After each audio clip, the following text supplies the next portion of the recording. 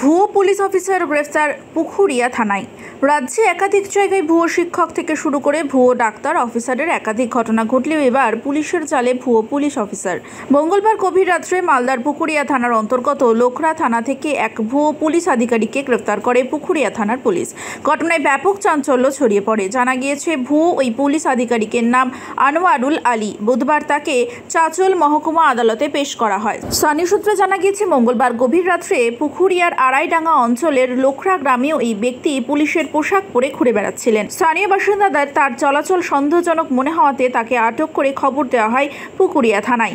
রাতের বেলায় পুকুরিয়ার পুলিশ তাকে আটক করে থানায় নিয়ে আসে। গ্রামের বাসিন্দাদের অভিযোগ, ওই ব্যক্তিকে একাধিকবার গ্রামে ঘোরাফেরা করতে দেখা গিয়েছে এর আগেও। গতকাল রাত্রে একটি মেয়ের বাড়ির পাশে তাকে ঘুরতে দেখে স্থানীয় বাসিন্দারা তাকে আটক করে। পুলিশ সূত্রে জানা গিয়েছে, ভুয়ো পুলিশ অফিসারের নাম আনোয়ারুল হক, বাড়ি হরিশ্চন্দ্রপুর। স্থানীয় বাসিন্দাদের অভিযোগ, গ্রামেরই একটি মেয়ে, তার সাথে অবৈধ সম্পর্ক রয়েছে তার। মঙ্গলবার রাত্রেও ছেলেটি ওই মেয়েটির সাথে দেখা করতে এসেছিল। মেয়েটির অভিযোগ, গত 6 মাস থেকে ওই ছেলের সাথে তার প্রেমের সম্পর্ক ছিল।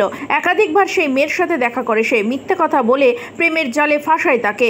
অন্তরঙ্গের কিছু মুহূর্তের ছবি তোলা রয়েছে তার মোবাইলে। মেয়েটি আরও জানায়, নিজেকে পুলিশ অফিসার পরিচয় দিয়ে তার বাবাকে নাকি হুমকি দেওয়া হতো।